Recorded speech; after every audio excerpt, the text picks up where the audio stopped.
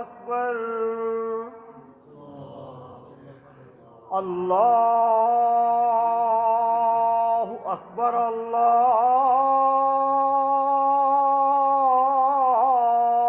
الله أكبر أشهد أن لا إله إلا الله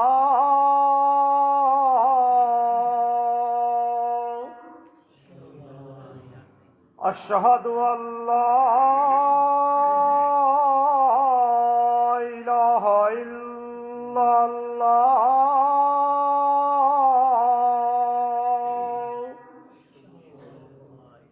أشهد أن محمدا رسول الله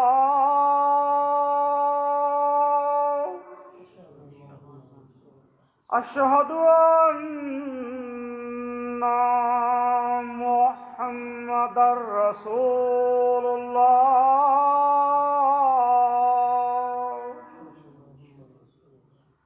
حي على الصلاة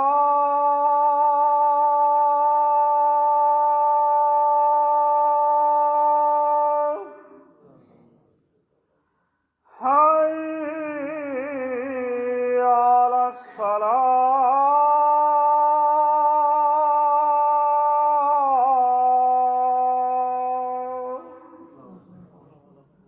حي على الفلاح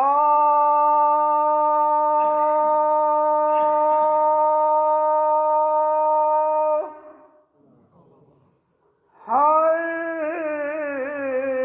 على الفلاح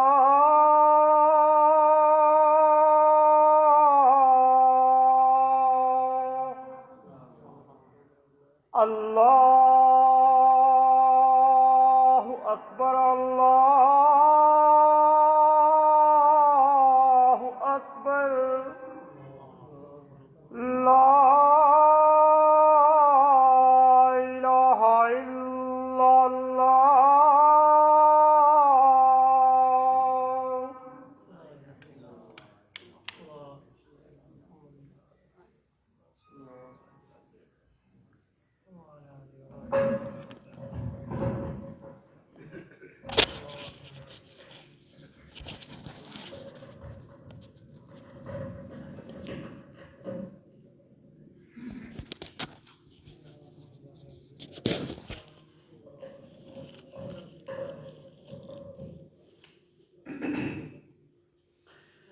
السلام علیکم ورحمۃ اللہ وبرکاتہ۔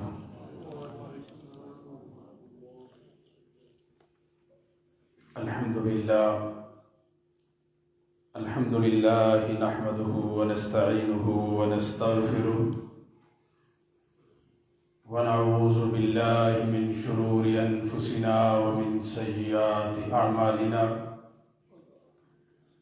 من يهده الله فلا مضل له ومن يضلل فلا هادي له وأشهد أن لا إله إلا الله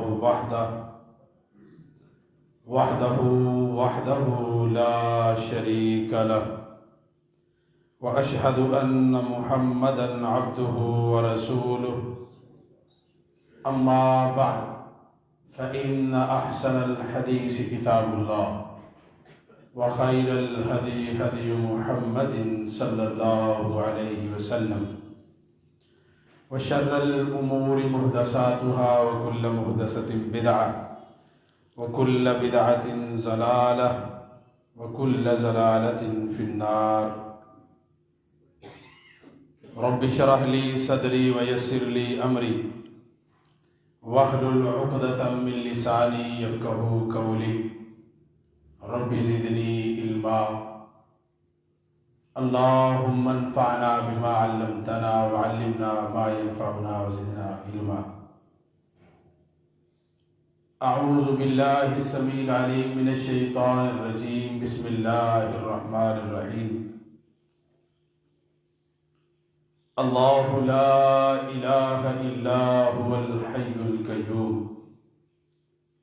لا تأخذه سنة ولا نوم له ما في السماوات وما في الأرض من ذا الذي يشفع عنده إلا بإذنه يعلم ما بين أيديهم وما خلفهم ولا يحيطون بشيء من علمه إلا بما شاء وسع كرسيه السماوات والأرض ولا يؤوده حفظهما وهو العلي العظيم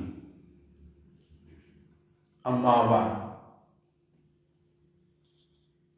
قال الله تبارك وتعالى في مقام آخر وَلَقَدْ بَعَثْنَا فِي كُلِّ أُمَّةٍ رَسُولًا أَنِ اعْبُدُوا اللَّهَ وَاجْتَنِبُوا الطَّاغُوتَ إِنَّ اللَّهَ وَمَلَائِكَتَهُ يُصَلُّونَ عَلَى النَّبِيِّ يَا أَيُّهَا الَّذِينَ آمَنُوا صَلُّوا عَلَيْهِ وَسَلِّمُوا تَسْلِيمًا اللهم صل على محمد وعلى آل محمد كما صليت على إبراهيم وعلى آل إبراهيم إنك حميد مجيد اللهم بارك على محمد وعلى آل محمد كما باركت على إبراهيم وعلى آل إبراهيم إنك حميد مجيد۔ کسی کی سر بلندی میں کوئی تو راز ہوتا ہے، کسی کی سر بلندی میں کوئی تو راز ہوتا ہے، سمجھ میں جو نہ آئے وہی اعجاز ہوتا ہے۔ جہاں پہ ختم ہوں حسن یوسف کی حدیں وہیں سے حسن محمد کا آغاز ہوتا ہے صلی اللہ علیہ وآلہ وصحبہ وسلم۔ تمام قسم کی تعریفات، تسبیحات، تمجیدات، تحلیلات، تکبیرات اللہ سبحانہ و تعالی جل وعلا کے لیے خاص ہے۔ درود و سلام سید ولد آدم، فخر انسانیت، رہبر آدمیت، احمد مجتبی، شفیع المذنبین، رحمت للعالمین، ساقی کوثر، شافی محشر، ساری کائنات کے سردار، میرے اور آپ کے دل کی بہار، جناب محمد الرسول اللہ صلی اللہ علیہ وآلہ وصحبہ وسلم کی ذات اقدس و اعلی و بالا رحمت اور بخشش کی دعا صحابہ کرام، تابعین نظام، ائمہ دین، محدثین رحمہم اللہ اجمعین کے لیے۔ آغاز خطبہ میں اللہ رب العالمین کی لا ریب بے عیب نسخہ شفا کتاب قرآن مجید فرقان حمید سے دو مختلف مقامات سے ایک مکمل اور ایک ادھوری آیت پڑھی ہے۔ دعا ہے کہ اللہ مالک العلام انہی آیات مبارکہ کے تحت مجھے حق سچ کہنے کی توفیق عنایت فرمائے، آمین۔ اور اللہ رب العالمین حق سچ کی یہ باتیں سننے سنانے کے بعد مجھ سمیت ہم سب کو عمل کی توفیق بخش دے۔ احباب گرامی قدر، کائنات میں آنے کے بعد جس چیز کی پہچان انسان کے لیے ضروری ہے وہ ایک اللہ رب العالمین کی ذات ہے، دوسری اس رب العالمین کی پہچان کروانے والی ذات رسول اللہ صلی اللہ علیہ وسلم کی ہے۔ جس بندے نے اس دنیا میں آ کے ان دونوں کی ذات کو، مقام کو پہچانا، ایمان لایا، عمل کرنا شروع کر دیا، یہ کامیاب ترین بندہ ہے۔ جس نے دنیا میں آنے کے بعد کائنات کے تمام علوم سیکھ لیے، دنیاوی طور پہ بڑی محنت کی، مشقتیں اٹھائی، ڈاکٹر بن گیا، سائنسدان بنا، انجینئر بنا، سب کچھ سیکھ لیا، دنیا میں رہنے کا گر بھی سیکھ لیا، لیکن اگر اسے اللہ کی اور اس کے رسول کی پہچان نہیں تو یوں سمجھ لیے اسے دنیا میں آنے کا کوئی فائدہ ہی نہیں۔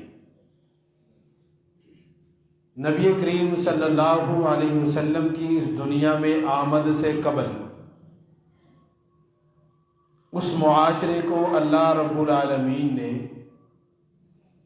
جسے شریعت میں دور جہالت کہا جاتا ہے، کھلی گمراہی کے اندر ان لوگوں کو اللہ رب العالمین نے قرار دیا کہ محبوب علیہ السلام کے آنے سے پہلے وہ لوگ کھلی گمراہی میں تھے۔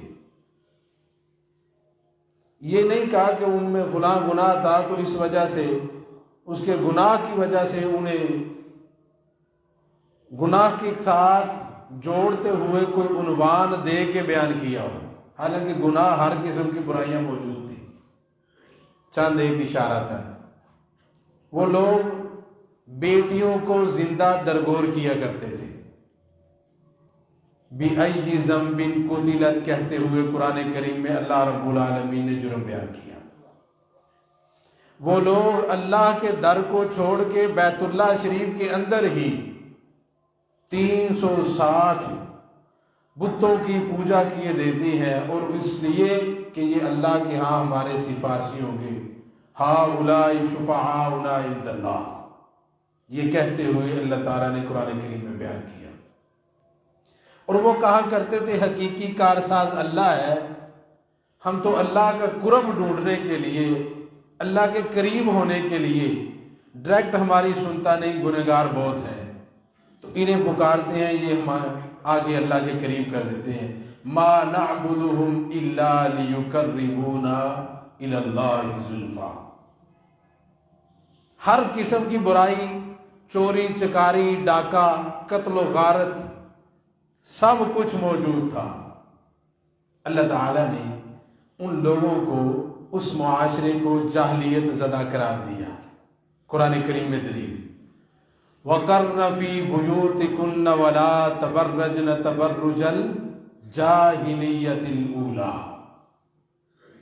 حکم، خطاب نبی کریم صلی اللہ علیہ وسلم کی ازواج مطہرات، میری اور آپ کی امہات، ہماری ماؤں کو کہا جا رہا ہے گھروں میں قرار پکڑنا ہے، اپنے گھروں میں رہنا ہے، جاہلیت کی طرح بناؤ سنگار کر کے باہر بازاروں میں نہیں گھومنا۔ یعنی اللہ تعالیٰ نے ان کو جاہل قرار دیا ہے۔ یاد رکھیے جرم تو باقی بھی موجود تھے جو میں گنوائے، تمام قسم کے جرموں کا آغاز، یوں سمجھ لیجئے ہر برائی کی جڑ وہ ہے جہالت۔ جس قوم میں جہالت ہوگی شرک وہیں ہوگا، عقل مند بندہ یہ کام نہیں کرتا۔ جہاں جہالت ہوگی قتل و غارت وہیں ہوگی، جہاں جہالت ہوگی وہیں چوری چکاری ڈاکہ زنی ہوگی، جہاں جہالت ہوگی زناکاری بدکاری وہیں پہ ہوگی۔ جاہل بندوں کے یہ کام ہے، جاہل عورتوں کے کام ہے برہنہ منہ لے کے بازاروں میں گھومنا، بناؤ سنگار کرنا، لوگوں کو اپنی طرف مائل کرنا۔ یہ اہل ایمان اور اہل اسلام کا شیوا اور نشانی نہیں ہے۔ اب اس جہالت کا علاج کیا ہے؟ یہ تو ہمیں پتہ چل گیا یہ سارے کام جاہلوں کے ہیں۔ اب اس جہالت کو دور کیسے کیا جائے؟ جس قوم میں اللہ نے اپنے پیارے محبوب نبی کریم صلی اللہ علیہ وسلم کو مبعوث کیا، اللہ تعالیٰ نے اس قوم کا تذکرہ کیسے کیا ہے؟ فرمایا هو الذی ارسل رسولہ بالہدی ودین الحق، وہ اللہ تعالیٰ جس نے اپنے رسول کو بھیجا ہے دین حق دے کے۔ بعث فی الامیین رسولا منہم، جن میں اللہ تعالیٰ نے اپنا رسول بھیجا وہ تو امی تھے، ان پڑھ تھے، جاہل بھی ہو ان پڑھ بھی ہو۔ ایسے لوگوں کو اب قرآن و سنت سمجھانا ہے، ایسے لوگوں کو اللہ کی راہ دکھانی ہے، اللہ کا تعارف کروانا ہے، توحید سکھانی ہے۔ تو نبی کریم صلی اللہ علیہ وسلم نے کیا کیا؟ سکولوں کالجز یونیورسٹیاں ہسپتال سڑکیں تعمیر کی؟ نہیں، سب سے پہلے اللہ کا تعارف کروایا جی۔ جب جس قوم کو اللہ کا تعارف ہو جائے، اللہ کی پہچان ہو جائے، تو یقین جانیے وہ کمرے بند ہو، دیکھنے والا کوئی نہ ہو، وہاں پہ بھی دعوت دینے والی بھی عورت خود ہو، رتبے کے اعتبار سے بھی گھر کی ملکہ ہو، اور وغلقت الابواب وقالت حیت لک قال معاذ اللہ۔ کیوں؟ اس لیے کہ میرا اللہ مجھے دیکھ رہا ہے۔ میں یہاں لوگوں کی نظروں سے تو چھپ گیا ہوں، اللہ کی نظر سے چھپ سکتا نہیں۔ میں اللہ کی نظر سے نہیں چھپ سکتا، میرا اللہ مجھے دیکھ رہا ہے، اور میں نے اپنے اللہ کے سامنے کھڑے ہونا ہے۔ جب یہ پہچان ہو جائے، یہ تو کہیں گے کہ ایک نبی کا واقعہ ہے اس امت میں۔ ہاں جی، سیدنا مرثد بن ابی مرثد الغنوی رضی اللہ تعالی عنہ مکہ میں گئے، مسلمان قیدیوں کو چھڑوایا، رات کو ان کی بیڑیاں کاٹ کے مدینے کا رستہ سمجھایا۔ پھر کیا ہے، ایک گلی سے گزر رہے تھے، اناق نامی عورت جاہلیت میں جس کے ساتھ تعلقات تھے اس کی نظر پڑ گئی۔ کہا کون ہے؟ مرثد ہے، آج تو رات ہمارے ہاں بسر ہوگی۔ کہا نہیں۔ کیوں؟ کہا میں نے اسلام قبول کر لیا۔ اب اسلام اس چیز کا سبق دیتا نہیں، اسلام عزت کا محافظ ہے، اسلام عزتوں کا رکھوالا ہے۔ یہ کسی کی عزت پہ ہاتھ ڈالنے کا مجھے یہ اسلام کی طرف سے کوئی پروانہ نہیں ملا۔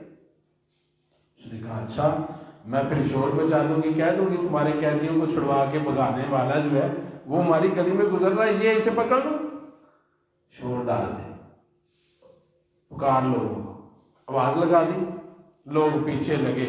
یہ سیابر صبح سے کہتے ہیں میں نکلا بھاگا، وہ میرے پیچھے پیچھے ایک جگہ جا کے میں غار میں چھپ گیا، وہ میرے سر تک پہنچے لیکن مجھے پکڑ نہ سکے۔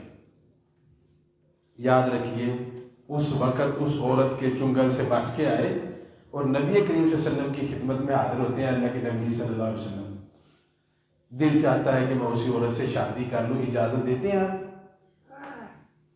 نبی علیہ السلام نے فرمایا نہیں،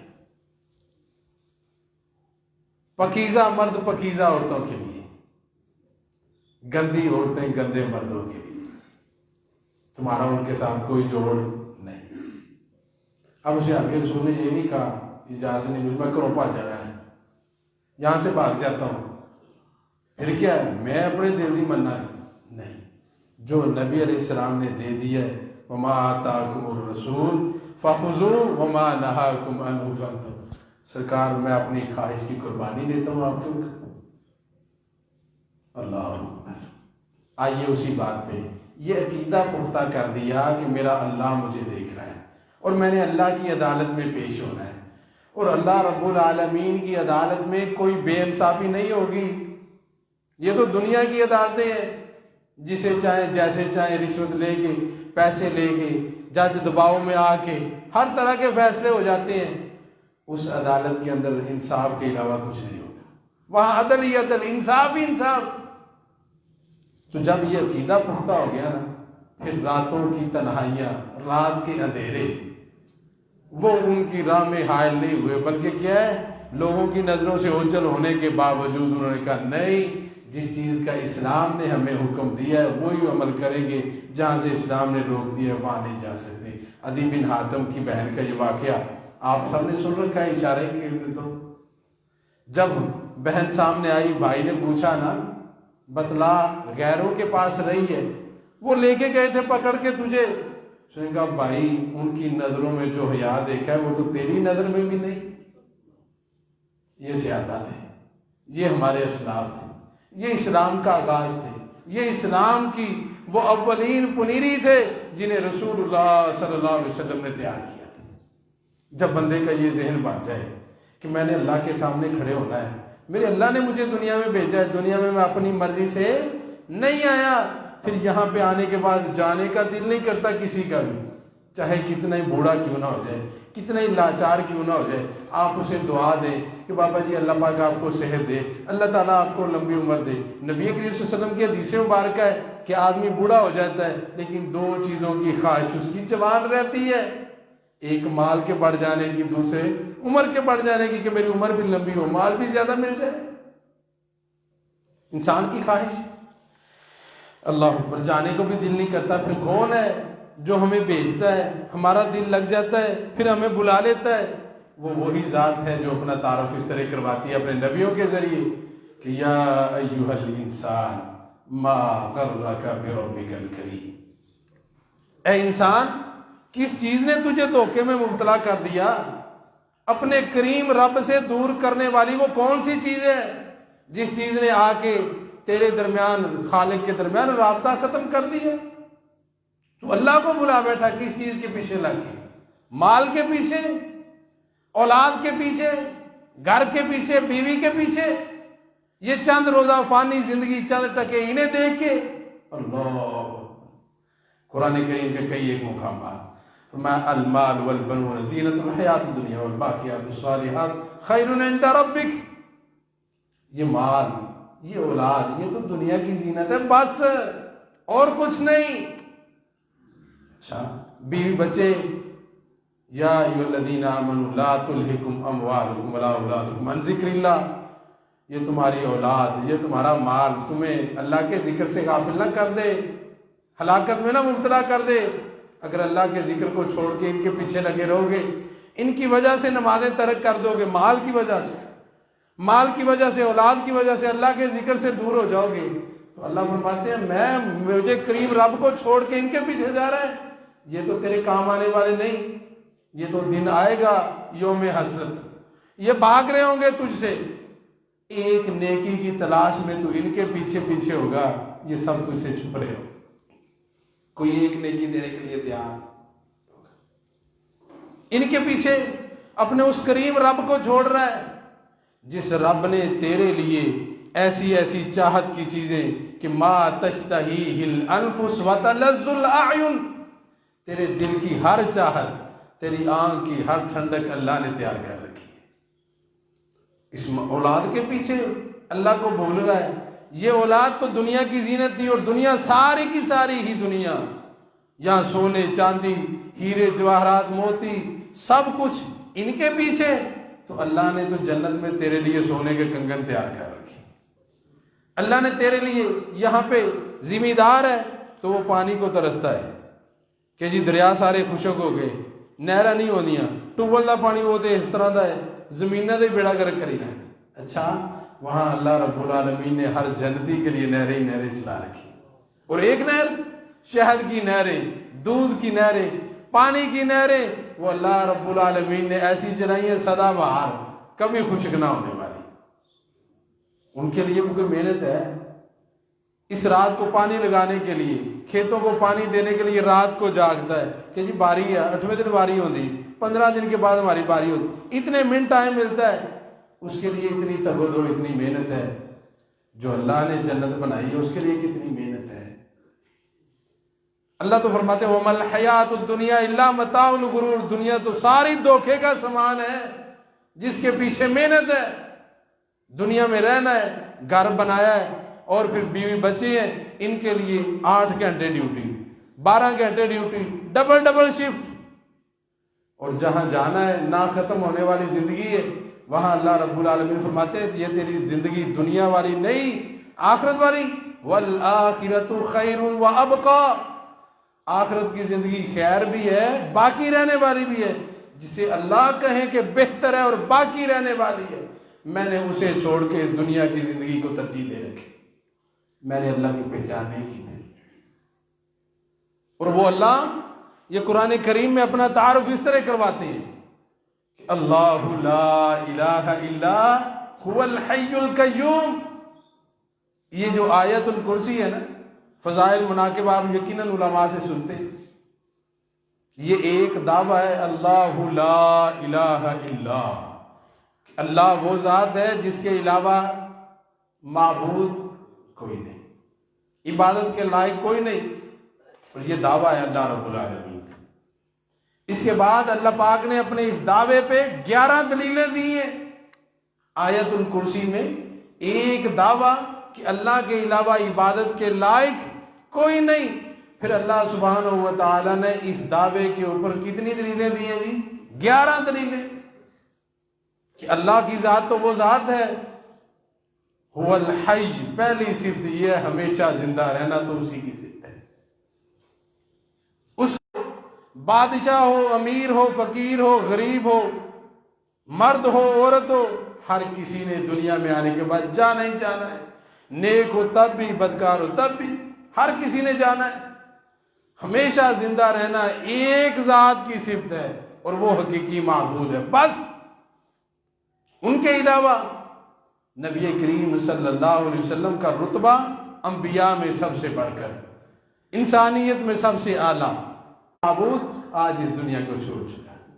اللہ رب العالمین حی ہے، ہمیشہ زندہ رہنے والی ذات ہے، اللہ رب العالمین کو کبھی موت نہیں آئے گی، یہ عقیدہ مرتقب۔ پھر الحی القیوم، قائم، ہمیشہ قائم رہنا، اور زمین و آسمان کو بھی تھامے ہوئے ہے تو وہی اللہ۔ آسمان میں، فضاؤں میں اڑتے ہوئے پرندوں کو تھامنے والا ہے تو وہی اللہ۔ اللہ فرماتے ہیں میرے علاوہ کون ہے جو انہیں تھام کے رکھے؟ اور اللہ رب العالمین خود قائم ہے، ساری کائنات کے نظام کو قائم رکھے ہوئے، جب چاہے گا، جس وقت چاہے گا، جس طرح چاہے گا، اس نظام کائنات کو ختم کر دے گا۔ ہمیشہ قائم، ہمیشہ۔ بندہ جوانی کے اندر جو حالت ہو بڑھاپے میں وہ رہتی ہے، بچپن میں جو حالت تھی جوانی میں وہ نہیں۔ اللہ رب العالمین ہمیشہ سے قائم، یہ اس کی تمام صفات ہمیشہ سے ہمیشہ رہے۔ کوئی ایسی اللہ رب العالمین کی صفت نہیں کہ جو شروع سے پہلے سے نہ ہو، بعد میں مارد وجود میں آئی۔ یہ اللہ رب العالمین نے اپنا تعارف کروا دیا جی۔ میں نے اشارتاً کہہ دیے کہ آیت الکرسی کے اندر ایک دعویٰ اور 11 دلیلیں ہیں، وہ انشاءاللہ آپ خود مطالعہ کر لیں۔ آیت الکرسی تو ہر مسلمان کو آتی ہے انشاءاللہ۔ دوسری بات کہ اللہ تعالیٰ نے جو انبیاء بھیجے ہیں وہ اسی لیے کہ اللہ کی عبادت کرنی ہے۔ عبادت تبھی ہوگی کہ ہمارا معبود حقیقی وہ ہے، اس کی پہچان کر لی جائے، اللہ کی پہچان کر لی۔ جب بندے کو اللہ کی پہچان ہو گئی، ٹھیک ہے جی عبادت اسی کی کرنی ہے، اب طریقہ کیا ہے اسے راضی کرنے کا؟ میں کوئی کٹیا بنا لوں، جنگل میں چلا جاؤں، قبرستان پہنچ جاؤں، وہاں پہ لکیر لگا لوں، چلا کاٹنا شروع کر دوں، پرانی قبر ڈھونڈ کے اس میں ٹانگیں نیچے کر کے بیٹھ جاؤں، کوئی پرانا کنواں تلاش کروں وہاں چلا جاؤں؟ نہیں، عبادت کے لیے طریقہ وہ چلے گا جس پہ مہر کائنات کے امام، انبیاء کے امام جناب محمد الرسول اللہ صلی اللہ علیہ وآلہ وسلم کی ہوگی۔ جس عمل پہ ان کی مہر نہیں، وہ عمل نیکی نہیں ہو سکتا۔ نیکی صرف وہی عمل ہوگا جس پہ نبی کریم صلی اللہ علیہ وسلم کی مہر موجود ہوگی۔ سیدنا ابو ذر غفاری رضی اللہ تعالیٰ عنہ حدیث پاک کے راوی فرماتے ہیں، لوگوں نبی کریم صلی اللہ علیہ وسلم نے ارشاد فرمایا، ہر وہ عمل جو جنت کے قریب اور جہنم سے دور کرنے والا تھا، نبی علیہ السلام نے فرمایا میں نے اس کی تعلیم دے دی۔ دین نبی کریم صلی اللہ علیہ وسلم پہ اللہ نے مکمل کر دیا۔ کوئی نیکی کا کام، کوئی ثواب کا کام، کوئی جنت میں لے جانے والی نیکی ایسی نہیں ہے جس کی رہنمائی قرآن و سنت میں موجود نہ ہو۔ اب قرآن و سنت کے اندر تعین ہر نیکی کا موجود ہے۔ اگر کوئی بندہ کہتا ہے کہ جی نہیں صحابہ کرام نے یہ کام نہیں کیا، نہ ہی نبی کریم صلی اللہ علیہ وسلم نے کیا ہے، لیکن دیکھو نا ہے تو نیکی نہیں ہے، کیونکہ منع نہیں ہے، کیونکہ منع نہیں ہے تو نیکی ہوئی نہ پھر۔ یہ دلیل نہیں چل سکتی شریعت میں۔ دو باتیں اس پہ عرض کر کے آگے چلاتا ہوں موضوع۔ قرآن کریم اللہ سبحانہ و تعالی ارشاد فرماتے ہیں، سورہ حجرات پہلی آیت، یا ایھا الذین آمنوا اتقوا اللہ لا تقدموا بین یدی اللہ ورسولہ واتقوا اللہ، یا ایھا الذین آمنوا لا تقدموا بین یدی اللہ و رسولہ واتقوا اللہ، اے وہ لوگوں جو ایمان لائے ہو، ایمان والوں کو اللہ کا آرڈر یہ ہے، اللہ اور اس کے رسول کے احکامات سے آگے نہیں بڑھنا، یہ اصول ہے۔ اپنی مرضی سے منع تو کتنی ہے، فجر کی نماز کی فرض رکھتے ہیں کتنی ہے جی، جسے پتہ ہے صرف وہی جواب دے۔ فجر کی نماز کی فرض رکھتے ہیں 2 ہیں، جسے نہیں پتہ کوئی گلا نہیں، انشاءاللہ بعض بندے ہوتے ہیں، اللہ پاک ان کے بھی علم میں اضافہ فرمائے۔ اسی طرح ظہر کی نماز ہم ادا کرتے ہیں، ظہر کی نماز کی فرض رکھتے ہیں کتنی ہے؟ 4 ہے۔ اب کوئی بندہ کہے کل تو زور دیاں 2 کر لیں دیں، فجر کی 4، کیونکہ صبح کے وقت تو میں فارغ ہی ہوتا، دوپہر میں کام سے جانا ہوتا ہے، چھٹی تھوڑی ملتی ہے، آدھا گھنٹہ بریک ہوتی ہے، تو میں جلدی پڑھ کے چلا جایا کروں، کیونکہ جڑی 4 زور دے ٹائم وہ میں سویر نو پڑھ لینی، صبح والی جو ہے میں زور کے وقت پڑھ لوں۔ کیوں جی پڑھی جا سکتی ہے؟ نہیں۔ اگر وہ کہتا ہے منع کتنے ہے دکھا دیو، دکھاؤ گے منع؟ منع کی کیا دلیل ہے؟ منع کی دلیل یہی ہے، یہ کام رسول اللہ صلی اللہ علیہ وسلم نے نہیں کیا، صحابہ اکرام رضوان اللہ علیہ مجمعین نے نہیں کیا، جو کام انہوں نے نہیں کیا وہ میں اور آپ کر سکتے ہیں۔ دیکھیں جی بات یہ ہے محبت میں ہے نا جی، محبت میں تو ہو سکتا ہے نا جی، ہم تو محبت میں کر رہے ہیں، گناہ تو تب ہونا جی کہ نبی کریم صلی اللہ علیہ وسلم سے محبت نہ ہو، محبت میں تو کیا جا سکتا ہے۔ یہ اصول ہمارے پاس بعض لوگ لے آئے، ہم کہتے ہیں اس اصول کو بھی شریعت کے ترازو میں تول لو۔ نبی کریم صلی اللہ علیہ وسلم سے محبت کرنا فرض ہے۔ جو اللہ کے پیارے محبوب نبی کریم صلی اللہ علیہ وسلم کی رسالت کو نہیں تسلیم کرتا، آپ سے محبت نہیں کرتا، وہ بندہ مومن نہیں۔ بندہ وہی مومن ہے جو نبی کریم صلی اللہ علیہ وسلم کی اتباع کرتا ہے، آپ کی رسالت کو مان لیتا ہے۔ جو بندہ نبی پاک سے محبت نہیں کرتا وہ مومن نہیں ہو سکتا۔ لا یؤمن احدکم حتی اکون احب الیہ من مالہ وولدہ والناس اجمعین،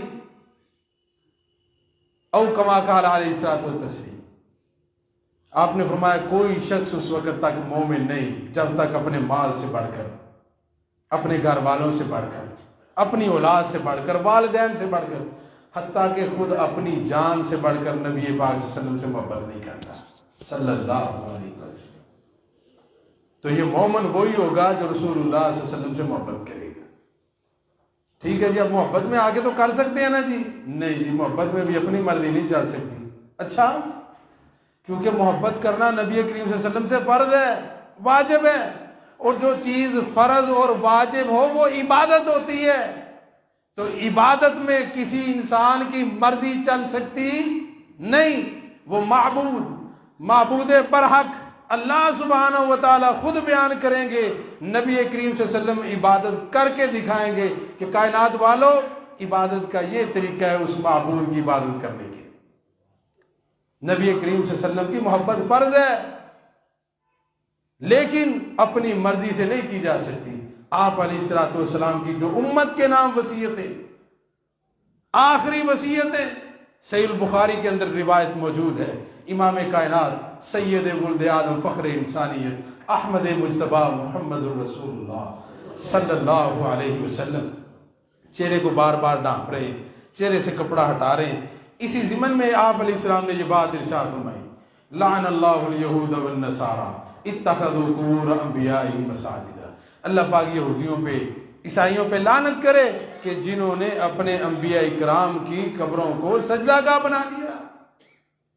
اور اسی طرح نبی علیہ السلام نے فرمایا لا تطرونی کما اطرت النصارى مسیح ابن مریم، میری شان کو، میرے رتبے کو اس طرح نہ بڑھانا جس طرح عیسائیوں نے بڑھایا ہے۔ انہوں نے حضرت عیسیٰ علیہ السلام کو اللہ کا بیٹا قرار دے دیا۔ قرآن کریم میں اللہ سبحانہ و تعالیٰ فرماتے ہیں وقالت النصارى مسیح ابن اللہ، فرمایا مجھے میری شان اس طرح نہ بڑھانا، میں کیا ہوں؟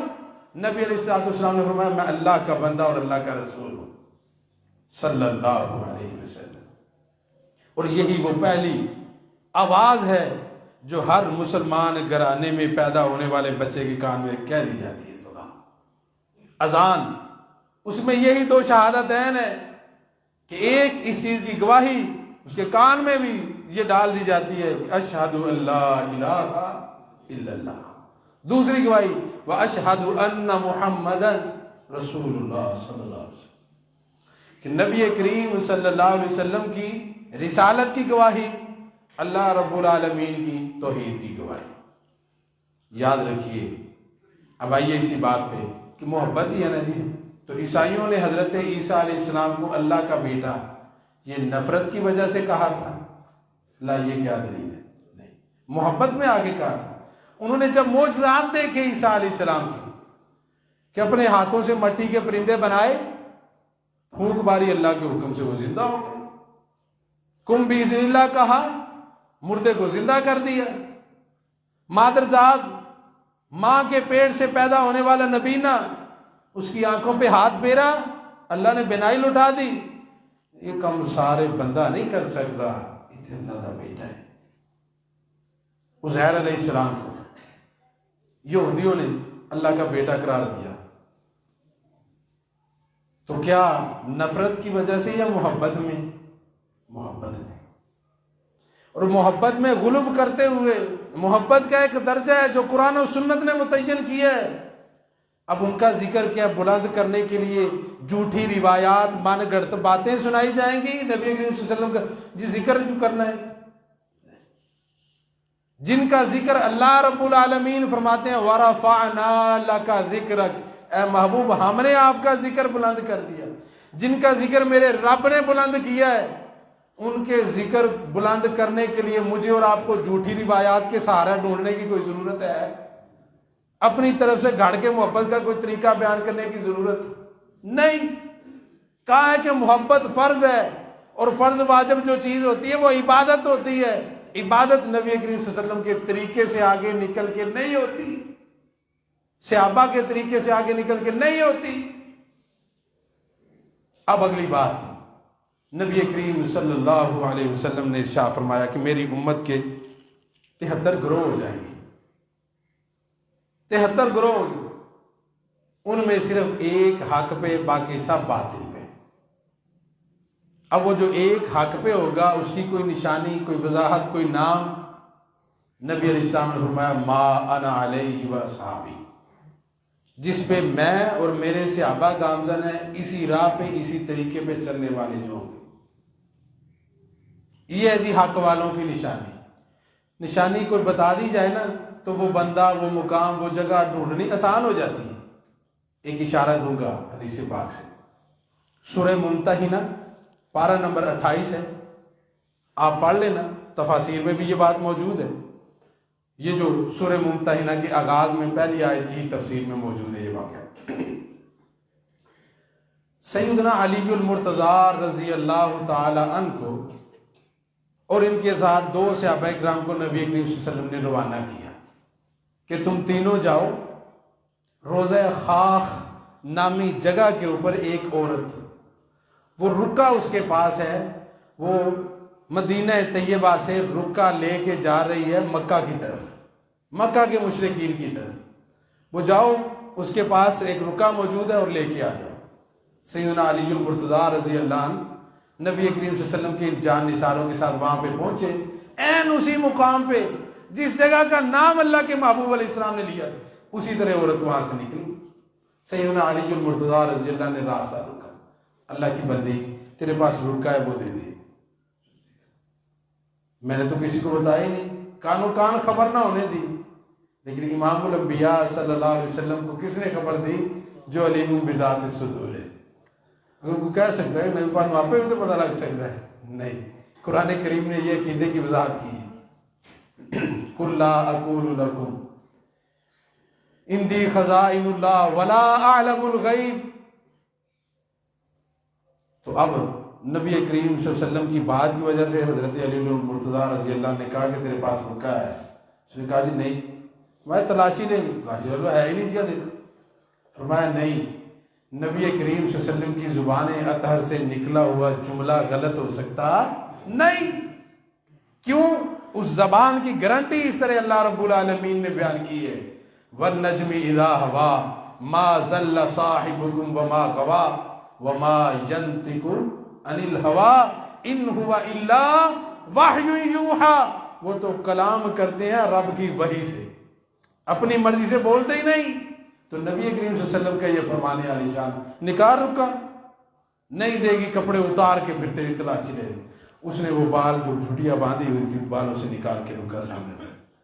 اب سیدنا علی المرتضیٰ رضی اللہ نے رکا لیا، یہ بھی نہیں کہ انہوں پڑھ لیے تھے، میں پڑھا تو صحیح کی لکھا ہے، نہیں، اتباع نبی کریم صلی اللہ علیہ وسلم کی۔ آپ نے فرمایا وہ رکا لے کے آ جا، اسی طرح لے کے آ گئے آپ علیہ السلام کے پاس۔ اب یہ سارا واقعہ سنانے کا مقصد کیا ہے؟ جو نشانی بتائی تھی، جس جگہ پہ بتایا تھا، اور یہ رکا لکھنے والے بھی صحابی رسول حضرت حاتب بن ابی بلتع رضی اللہ تعالیٰ بدری صحابہ میں سے، انہوں نے محض اس لیے لکھا تھا کہ میرے وہاں پہ بیوی بچے موجود ہیں، میری دوسری اور کوئی ان کے ساتھ رشتہ داری نہیں ہے، میں انہیں پہلے خبر دے دوں کہ مسلمانوں کے ساتھ تم نے جو عہد توڑ دیا ہے، اب مسلمان تمہارے خلاف لڑائی کے لیے تیاری کر رہے ہیں، تیار ہو جو لڑنے کے لیے۔ اس وجہ سے انہیں اطلاع دینے کی وجہ سے میرا ان پہ احسان ہوگا، وہ میرے بیوی بچوں کو کچھ نہیں کہیں گے، صرف محض اس لیے۔ اور اللہ تعالیٰ نے یہ صحابہ کرام کی یہ خطا بھی معاف کر دی صحابی رسول۔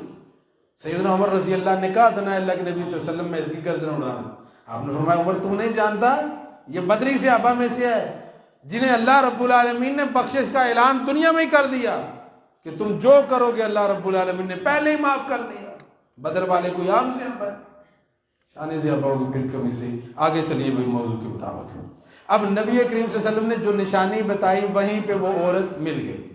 اسی طرح حضرت سلمان فارسی رضی اللہ تعالیٰ عنہ کے قبول اسلام کا واقعہ یقیناً آپ میں سے ہر بھائی نے سنا ہوگا کہ انہیں ان کے استاد نے جو عیسائی راہب تھا اس نے بتایا کہ اب آخری وقت ہے، ہم دیکھ رہے ہیں ہمارے دین پہ لوگ گامزن نہیں، اب آخری نبی کے ظہور کا وقت ہو رہا ہے، تو ان کی آمد کا وقت ہے۔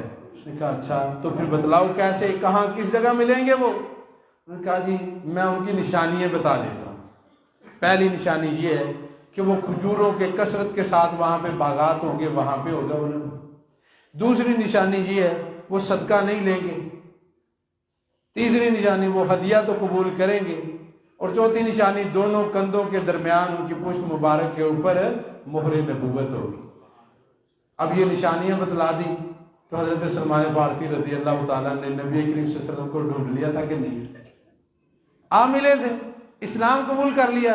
نبی علیہ السلام نے فرمایا میری امت میں سے، ان فارس میں سے، انہیں اشارہ کرتے ہوئے آپ نے ارشاد فرمایا اہل فارس میں سے میری امت کے وہ لوگ بھی موجود ہیں، اگر ایمان سریا نامی ستارے پہ آسمان پہ اتنی دور بھی ہوتا تو فرمایا یہ اسے بھی ڈھونڈ نکالتے، یہ وہاں پہ بھی پہنچ جاتے ایمان کے حصول کے لیے۔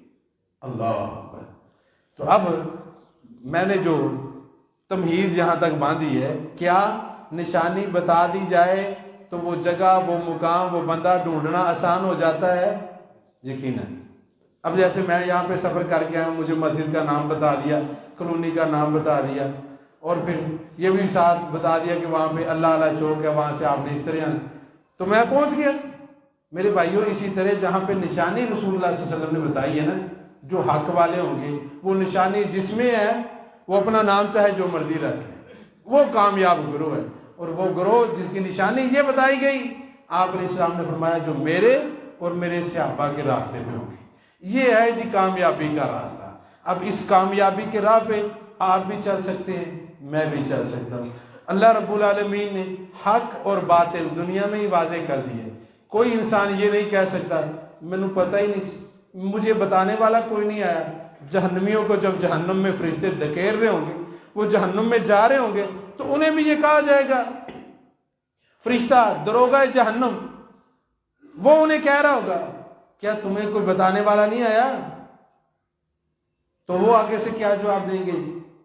کالو بلا، بڑے آئے تھے ہمارے پاس، ہم نے ایک کان سنا ہوئی نہ دیا گلے میں منن والی، مرنے کے بعد دیکھی جائے گی، میں کہڑے کلے نے مرنا ہے، دنیا میں اتنے لوگ ہیں، میں کون سا کلہ یہ کام کر رہا ہوں، یہ کہہ کے وہ گزارا کرتا رہا۔ لیکن وہاں پہ کیا کوئی اور اس کا سہارا بن جائے گا؟ ہر کسی کو اپنا اپنا بوجھ اٹھانا پڑے گا۔ وَلَا تَزِرُ وَازِرَةٌ وِزْرَ أُخْرَىٰ، کوئی دوسرا کسی دوسرے کے بوجھ کو اٹھانے کے لیے تیار نہیں ہوگا۔ تو آج اس دن کی تیاری، آج اس رب کی پہچان جس کی عدالت میں جانا ہے، آج اس رب کو راضی کرنا اس طریقے کے مطابق جو اس کے محبوب علیہ السلام نے بتا دیا ہے۔ یہی دنیا ساری کا خلاصہ ہے، یہی دین اور شریعت کا نچوڑ۔ جس بندے نے یہ بات پہچان لی کہ میں دنیا میں آیا ہوں اپنے رب کی عبادت کے لیے، مقصد تخلیق دنیا میں آنے کا انسان کا، تو اللہ رب العالمین نے یہی بیان کیا ہے وَمَا خَلَقْتُ الْجِنَّ وَالْإِنسَ إِلَّا لِيَعْبُدُونِ۔ میرا اور آپ کا دنیا میں آنے کا یہ مقصد بیان نہیں ہوا دکانیں چلانی ہیں، کاروبار کرنے ہیں، بیوی بچوں کو پالنا ہے بس، اور اپنا پیٹ پالنا ہے، وقت متقال آ رہے ہیں جی روزی کما رہے ہیں۔ روزی تو اس نے دینی ہے، وہ صرف تمہیں دیتا ہے؟ نہیں جی میں بول لیتا ہوں نا، میں پڑھ گیا ہوں نا اس لیے روزی۔ اگر پڑھنے کی وجہ سے روزی ملتی تو ان پڑھ سارے بھوکے مر جاتے، بولنے کی وجہ سے روزی ملتی گونگے سارے بھوکے مر جاتے، آنکھوں کی وجہ سے روزی ملتی آندھا کوئی بھی دنیا میں زندہ نہ رہتا۔ لیکن ہم دیکھتے ہیں ان کے پاس بھی مال و دولت موجود ہے، ان کے پاس بھی کھانے پینے کی اشیاء موجود ہیں۔ پیارے بھائیو، دنیا میں آنے کا مقصد وہ اللہ کی عبادت ہے، اور عبادت کے لیے طریقہ اپنی مرضی نہیں، ابا جی کی نانا جی کی فلاں شروع سے ایسے کرتے ہیں، نہیں چلے گا یہ کام۔ کیا چلے گا؟ نبی کریم صلی اللہ علیہ وسلم کا طریقہ کون سا ہے، اس طریقے کو چھوڑ کے اپنی مرضی کا کوئی عمل کیا جائے۔ فرمایا من عمل عملا لیس علیہ امرنا فہو رد۔ جس بندے نے کوئی ایسا عمل اختیار کیا جس پہ سنت کی مہر نہیں، وہ قیامت کے دن رد کر دیا جائے۔ اب آئیے اسی حدیث مبارکہ کو پورا کر کے پھر بات ختم کرتے ہیں۔ نبی علیہ السلام نے فرمایا کہ حق والے گروہ کی نشانی یہ ہے ما انا علیہ و اصحابی، جس پہ میں اور میرے صحابہ ہیں۔ اب صحابہ اکرام کسی اور الگ راستے پہ نہیں تھے، نبی کریم صلی اللہ علیہ وسلم کی تعلیمات پہ ہی تھے، تو ما انا علیہ کہہ دیتے کہ جس راستے پہ میں ہوں میرے طریقے پہ چلنے والے ہیں۔ ساتھ صحابہ کیوں کہا؟ اس لیے کہ معیار صداقت صحابہ ہیں، معیار ایمان صحابہ ہیں۔ جو ایمان لائے گا صحابہ کی طرز پہ، جس نے اتباع کی صحابہ کی طرح، کہ صحابہ اکرام رضوان اللہ علیہ مجمعین نے ہر موقع، ہر لحظہ، ہر موقع پہ دیکھا کہ نبی علیہ السلام نے کیا کیا ہے، نبی علیہ السلام نے کیا حکم دیا ہے، بس کوئی اپنی مرضی نہیں۔ نبی کریم صلی اللہ علیہ وسلم کے پیچھے ایک بندہ نماز پڑھ کے اپنی بستی کی طرف گیا ہے، اب قبلہ اللہ رب العالمین نے یہ تبدیل کرنے کی آیات اتاری ہیں، وہ اپنی بستی کے قریب سے گزر رہا ہے، وہاں دیکھا لوگ نماز پڑھ رہے ہیں، اور وہ ابھی تک فلسطین بیت اللہ مسجد اقصی بیت اللہ کو چھوڑ کے اس کی طرف رخ کر کے نماز پڑھ رہے ہیں۔ اب یہ صحابی رسول وہاں سے گزرتے ہوئے کہتے ہیں او لوگوں، میں نبی کریم صلی اللہ علیہ وسلم کا امتی اور آپ کا صحابی ہوں، وہ اللہ جس اللہ نے اپنے محبوب نبی کریم صلی اللہ علیہ وسلم کو حق دے کے بھیجا ہے، میں نبی کریم صلی اللہ علیہ وسلم کے پیچھے نماز پڑھ کے آیا ہوں، اللہ تعالیٰ نے قبلہ تبدیل کر دیا ہے، اب بیت المقدس مسجد اقصی کی بجائے بیت اللہ کی طرف رخ کر کے نماز پڑھ رہے ہیں۔ انہوں نے نماز میں ہی یہ نہیں نماز پڑھ لی ہے، فارغ ہو کے جاواں گے، پوچھ کے آواں گے، پھر رسول اللہ صلی اللہ علیہ وسلم کہیں گے پھر مان لیں گے، نہیں، کہنے والا صحابی ہے۔ انہوں نے کیا کیا؟ حالت نماز میں ہی اپنا رخ بیت المقدس سے مسجد اقصی سے بیت اللہ کی طرف لے گئے۔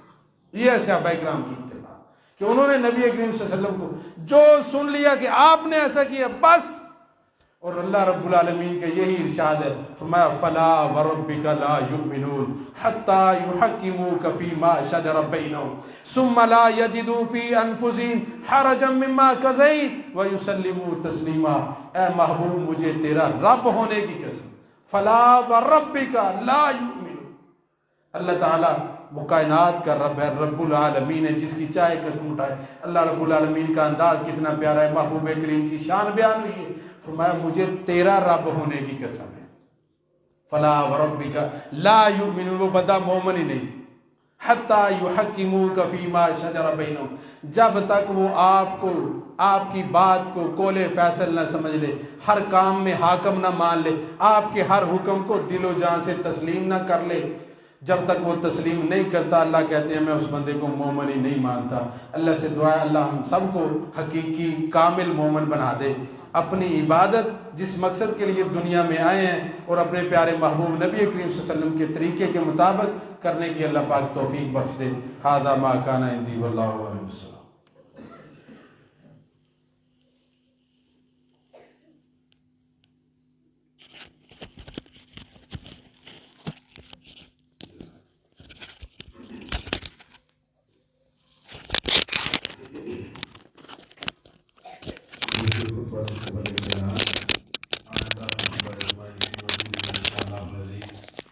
فضیلت الشیخ محترم جناب ڈاکٹر حافظ مسعود قاسم صاحب حافظہ اللہ تعالی